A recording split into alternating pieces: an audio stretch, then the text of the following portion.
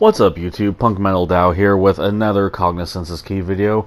This one being a continuation of the very first video I did on the Tao Te Ching. If you have not watched that video, go ahead and watch it now if you would like. But honestly, the Tao Te Ching is kind of a book that I don't think you really necessarily have to read or hear about, the pages that follow this one to really kind of get into this video, so it's completely at your discretion. So, beginning on the third page of it, if you overesteem great men, people become powerless. If you overvalue possession, people begin to steal.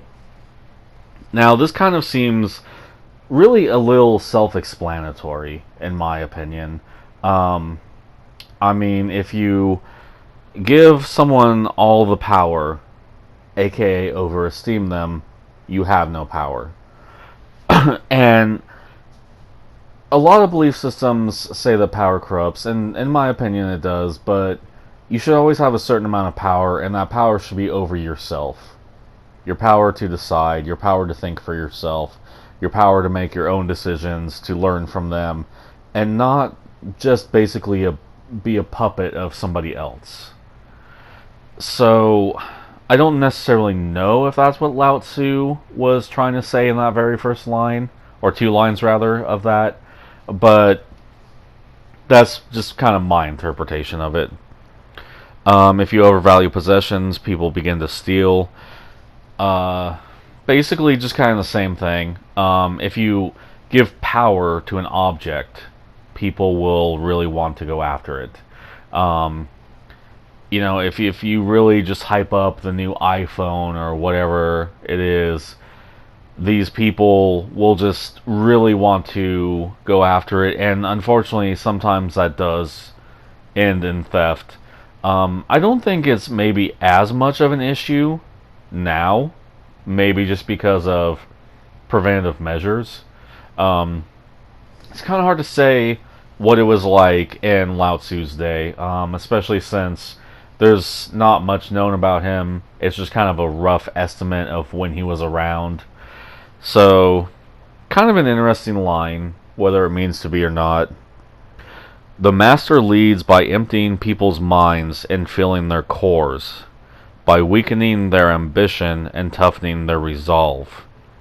He or she helps people lose everything they know, everything they desire, and creates confusion in those who think they know.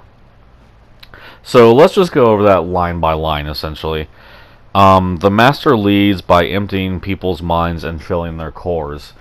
I think that kind of correlates with the thesis I had in the last video, and I can't remember the line verbatim, but basically saying that people are who they are, and their true nature will show. And your true nature is what you do without really thinking. It's just, here's the situation I'm in, this is what I'm going to do. That is your truest nature. So that's just kind of my theory on that, is instead of all this thought about, well, if I was in a situation I would do this, maybe he's kind of saying that doesn't actually exist. And that, if you have to sit there and think about the kind of person you are rather than just act out of pure nature, that's not really you. By weakening their ambition and toughening their resolve, he or she helps them lose everything they know, everything they desire, and creates confusion in those who think that they know. This one kind of has eluded me ever since I've been reading this. To me, ambition and resolve are synonyms, and perhaps I'm wrong. Definitely feel free to give your opinion on that in the comment section, but it's the internet, you're going to do that anyway, regardless, if you so desire. So, to me, I don't know. That one really kind of confuses me. There's not much more I can say about that, unfortunately. He or she helps them lose everything they know, everything they desire, and creates confusion in those who think that they know. I think that's just essentially saying question everything. Um, and going back to a reference I made in the last episode of Serge Tankian, where I can't remember verbatim what he said in an interview, but it was something along the lines of, what is an answer but another question? I think that's essentially it. Basically, just don't feel like you've ever figured out all of life, because you haven't. Keep questioning, keep learning. Don't ever be content with, well, I was given this simplistic answer and now I know everything and I'm so awesome, or, whatever. Just always seek knowledge, I guess, would be the best way to put it. As far as helping people lose everything they know, I kind of feel that that's kind of another way of saying, what was the line? Creates confusion in those who think that they know. I think sometimes Lao Tzu kind of reiterated himself a lot, in various ways to kind of maybe reach out to different people. And truth be told, I think that's one reason this book always resonated with me. I mean, hell, just in this episode alone, really pay attention to how many times I've done that. And if you so desire, look at other episodes and look at how many times I've done that. But again, that's just my opinion. Maybe I'm projecting onto Lao Tzu. Who knows? Everything they desire. They're really kind of, spoiler alert, I guess. I've read through the Tao numerous times. There really kind of seems to be a emphasis on non-materialism. And I think that's kind of basically all he's saying here. Helping people lose everything they desire. When you desire something, sometimes it really kind of rules your life. You can get a little too caught up in that desire. So maybe that's the point of it. Helping people lose what they desire. Maybe that's what he's getting at there. Practice not doing and everything will fall into place. I think this kind of goes back to what I said earlier. Your true nature is what just really shines through. Maybe you can hide it for a little bit, but at some point it's really going to shine through. Something's going to happen. So you might as well just let it shine through and be who you are. I don't know. That's kind of my theory on it, but at the same time, part of my mind kind of goes, that doesn't sound right. I don't entirely know why, to be honest, at this very moment. But part of my own mind even says that just kind of seems a little... what's the best way to put it? That it just doesn't seem correct. So... moving on to the last page, which is apparently very short. The Tao is like a well, used but never used up. It is like the eternal void, filled with infinite possibilities. It is hidden but always present.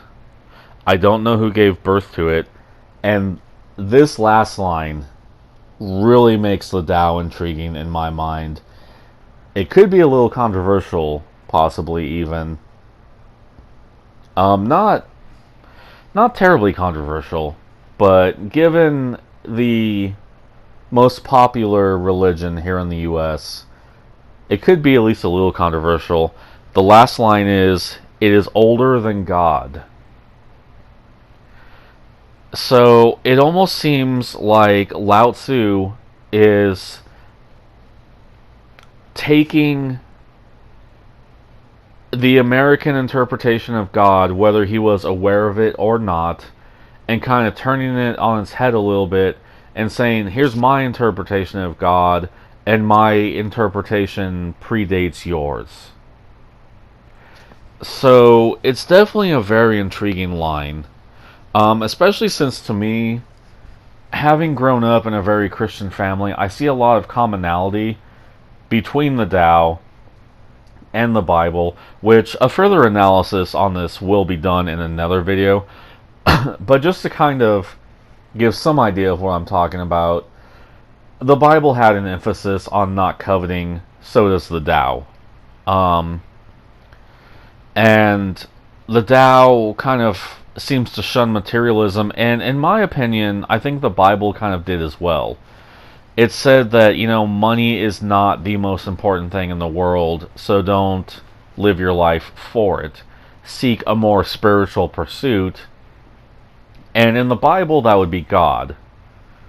But in the Tao Te Ching, obviously, it's the Tao, which it almost seems to me like Lao Tzu is saying the Tao is God. So it's just very kind of interesting in my opinion. I hate to sound repetitive, but like I said, basically just his interpretation of God in a sense. And I feel he kind of backs that up by saying that the Tao is like a well used but never used up. So, to kind of westernize what Lao Tzu is saying, how many times have we prayed to God for something? And we keep coming back, and we keep praying.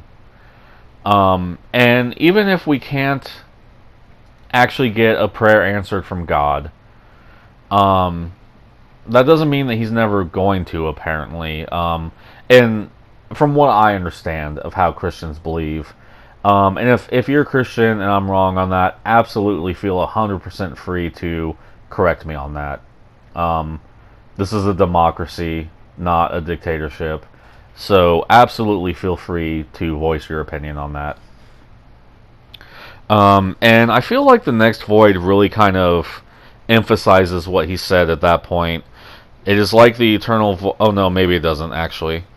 It is like the eternal void filled with infinite possibilities. To me, that kind of is to kind of give it a more westernized feel again. It's kind of we all have our interpretations on God, whether He's good, bad, somewhere in the middle, a little bit of both essentially. We don't fully agree on God, whether it's a minute little detail or something major. And so maybe he's even kind of saying, hey man, this is my opinion on the Tao, but in his own way kind of saying, again, I could be wrong. And that could kind of coalesce with the sentiments I feel he was expressing on the last page of don't just be content, look for answers. Keep looking for answers. Keep educating yourself. And just always be searching for for the answers in life and just try to figure out as much as you can. It is hidden but always present. That kind of, in my opinion, really coalesces with a westernized version of God as I can't talk, of God as well. We do not see God. We have drawn interpretations of what His Son looked like. Some people have given interpretations of what God may look like. Oddly enough, they kind of look a lot like what we feel Zeus looked like. So that's kind of interesting as well. But we don't see God. But we believe He's there. Omniscient and omnipresent and omnipowerful. I don't believe I kind of said the same thing over and over again, but I might be wrong. I apologize, it's after work, my mind isn't the sharpest it could be. But that, again, just kind of feels like how we interpret God. We don't see Him, but He's here with us at all times, in a sense. I don't know who gave birth to it. That kind of is a thing in the West as well. We sit here and we talk about, well, where did we come from? Well, mommy and daddy. Well, where did mommy and daddy come from? And you go down this line till eventually it comes down to, well, God made human beings. Well, who made God? And we don't know. We can't answer that. honestly, people who have been Christians um, since as long as they can remember. I have yet to meet a Christian, and this is not to attack anybody, but I have yet to meet a Christian who can answer where God came from, who created the Creator, in a sense. So that's what kind of makes it a very intriguing book. You know, we kind of like to think that Eastern philosophy is so drastically different from Western philosophy, and maybe to an extent it is, but here is kind of an opinion that coalesces with what we have in the West. And kind of an interesting proposal to give to people. This could even be where we got the idea from. Who knows? And to be fair, maybe it's completely not. But how do we know where all these things came from? We don't. And that's one thing that truly makes this book interesting to me. But with all that said, definitely feel free to share your opinions in the comment section. Sorry if I'm being a bit repetitive. But if you like this video, please feel free to like, share, comment, subscribe, ring the notification bell, all the typical crap you hear at the end of every single YouTube video. And if this video wasn't your thing, I appreciate you giving me a piece of your time. And regardless of where life takes you, here's wishing only the very best to you and all those closest to you. And please feel free to check out some of my friends' YouTube channels. One of my videos that I will be trying to do in the near future is toxic technology. How technology isn't as beneficial to us as we may believe it is. And a friend of mine, All Your Data Belongs to Us, will be doing a more in-depth video about technology. I believe he's mainly focusing on social media, but I could be wrong about that. My friend Black Angus Reviews, he does a lot of movie reviews. He does a lot of social commentary.